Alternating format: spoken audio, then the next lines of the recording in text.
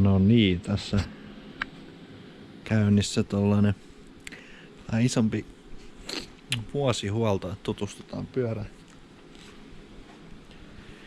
teknisesti vähän syvällisemmin ja sitten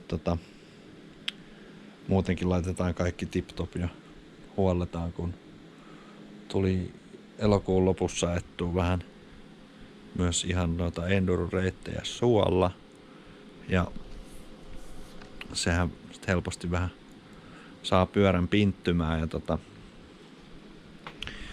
tässä nyt talvella kun on aikaa, niin tuli purettua ihan pakoputkistoon myöten pyörä pois ja swingi oli irti.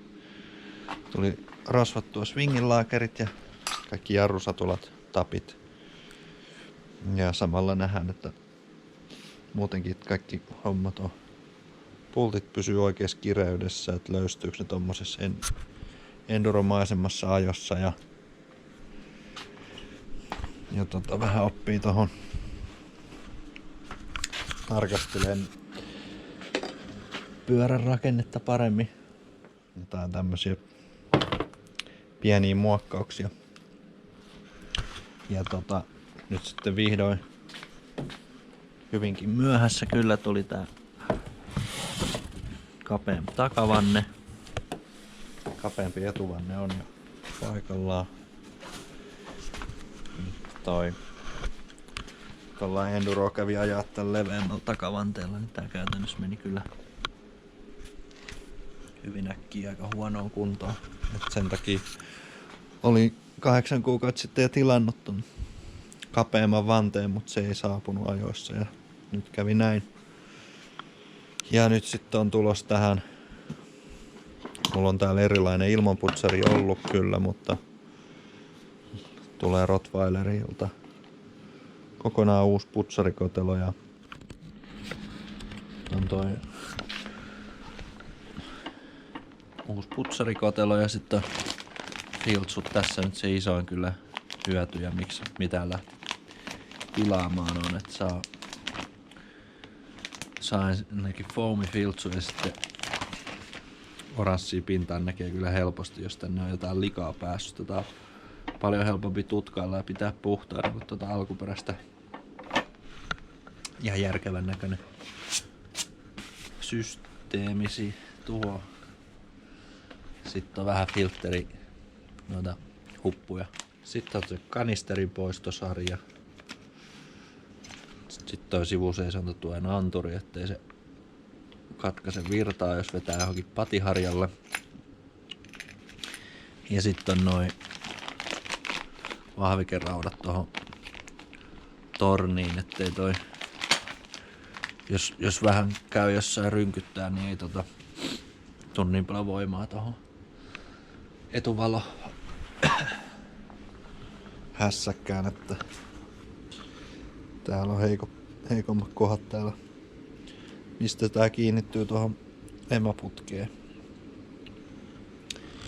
Niin sillä lailla nyt koitetaan kasaa tää ja hankkia jostain eturengasta. Pääsis vähän koittaa talvella, miltä tommonen iso pyörä tuntuu naasta. No niin, nyt on projekti valmis, pyörä kasassa ja huollettu. Valmis ajoa. Eli täällä on nyt tornin vahvikkeet on molemmin puolin. Ja täältä on tankialta kanisteri poistettu. Vähän yksinkertaistettu siitä.